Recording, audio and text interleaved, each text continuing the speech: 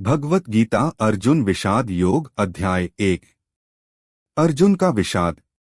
श्लोक 34-35। आचार्याः पितरः पुत्रास्तथैव च पितामहाः मातुलाः श्वशुराः पौत्राः श्यालाः संबंधिनस्तथा एतान्न हन्तुमिच्छामि घ्नतोऽपि मधुसूदन अपि त्रैलोक्यराज्यस्य हेतोः किन्नु महि कृते।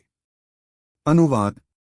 यहाँ उपस्थित आचार्य, पिता, पुत्र, पितामह, मामा, श्वसुर, पौत्र, श्याल, पत्नी के भाई और अन्य संबंधी, मैं इन्हें मारना नहीं चाहता। हे मधुसूदन, भले ही ये मुझे मार डालें, मैं इन्हें मारना नहीं चाहता। भले ही मुझे तीनों लोकों का राज्य क्यों न मिल जाए, फिर केवल पृथ्वी के राज्य के लिए तो बिल्कुल नहीं। अर्जुन यहाँ अपने नैतिक सिद्धांतों को व्यक्त कर रहा है।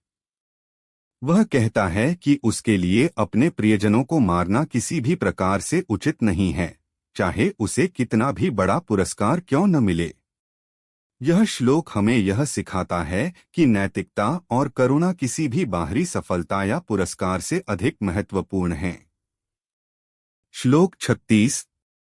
निहत्य धार्तराष्ट्रान्नः का प्रीतिः स्या जनार्दन पाप में वा श्रेयदस्मान हत्वैतानात्तायेन। अनुवाद। हे जनार्दन, धृतराष्ट्र के पुत्रों को मारकर हमें क्या सुख मिलेगा? हमें तो केवल पाप ही लगेगा, भले ही वे आक्रमणकारी हों।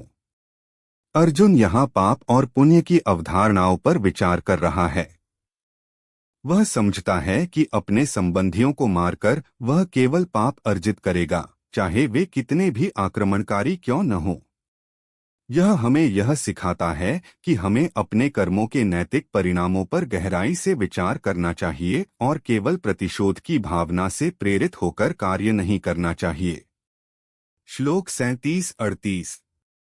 तस्मान्नार्हा वयं हन्तु धार्तराष्ट्रान् स्वबान्धवान् स्वजनं हि कथा हत्वा सुखिनः स्याम माधव यद्यप्येते न पश्यन्ति लोभोपहतचेतसः कुलक्षयकृतं दोषं मित्रद्रोहे च पातम्।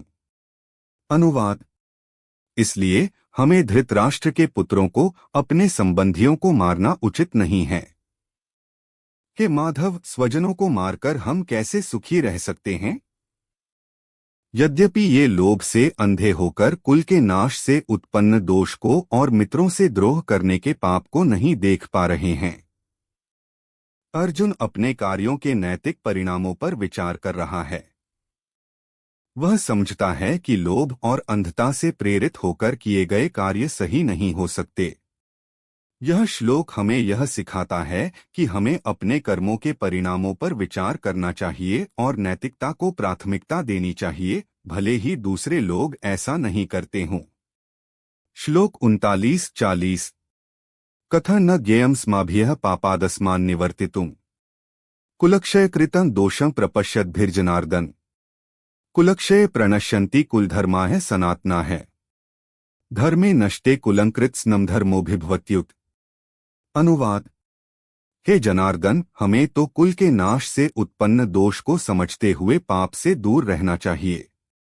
कुल के नाश से कुल के सनातन धर्म नष्ट हो जाते हैं और धर्म के नष्ट हो जाने से पूरा कुल अधर्म से भर जाता है। अर्जुन यहाँ परिवार और समाज के धर्मों और कर्तव्यों के महत्व को समझा रहा है। वह कहता है कि यदि परिवार और समाज के धर्म नष्ट हो जाते हैं तो अधर्म का वर्चस्व हो जाता है। यह श्लोक हमें यह सिखाता है कि सामाजिक और पारिवारिक कर्तव्यों का पालन अत्यंत महत्वपूर्ण है और हमें अपने व्यक्तिगत लाभ के लिए इन्हें नष्ट नहीं करना चाहिए।